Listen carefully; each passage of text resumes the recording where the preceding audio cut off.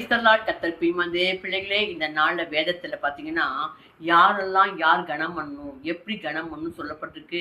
இந்த நாள்ல இந்த வசனத்தை நம்ம கற்றுக்கணும், அதை போய் நம்ம நடப்போம். பாருங்க, பிதா சொல்றாரு, பிதாவானால் என் கனம் எங்கே சொல்றாரு.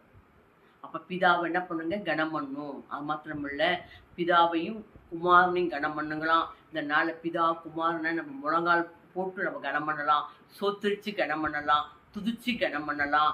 ஆண்டோட பல விதத்தை நம்ம பிதாவை என்ன பண்ணுவோம், கனத்துக்குரியவர்களாம். நமக்கு அநேக நன்மைகள் செஞ்சிருக்கிற பிதாவை குமாரனையும் அநேக நேரத்தில் நம்ம கனம் பண்றவளா இருக்கணும். அதை மாத்திரம் இல்லை, பொருளாதார ஊழியர்களை கனம் பண்ணும் போது அதை பார்த்தீங்கன்னா வேதத்துல கூட வசனம் இருக்கு. பார்த்தீங்கன்னா ஊனமுற்றதையும் நசல் போன்றதையும் கொண்டு போய் பலியிடும் போது ஆண்டவர் கேட்கிறாரு, என்னுடைய கனம் எங்கேன்னு கேட்கிறாரு. அவனை பலியிடுறது நம்ம எந்த அளவுக்கு பலியிடுறோமா, அதை எந்த பலி நம்ம செலுத்துறோம், ஆண்டவருக்கு எப்படி கொழுமையானதை நம்ம பலி செலுத்துருக்கலாம்.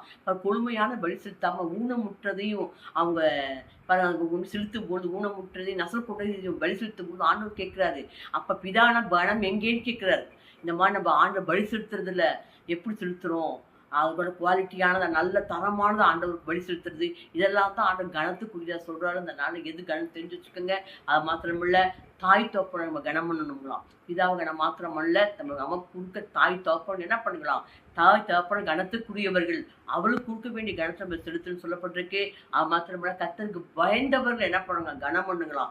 யாரெல்லாம் கத்தருக்கு பயந்து கத்தருடைய பிள்ளைகளா இருக்காங்களோ அவர்கள் என்ன பண்ணுங்களாம், கஷ்டப்படுறாங்களா, அவங்க கஷ்டத்துல பங்கு கொண்டு அவர்கள் நம்ம முடிஞ்ச உதவிகளை செஞ்சு அவளை கனம் பண்ணுவது நம்மளுடைய கடமையா இருக்குது. அதாவது கனம் பண்ணுங்க.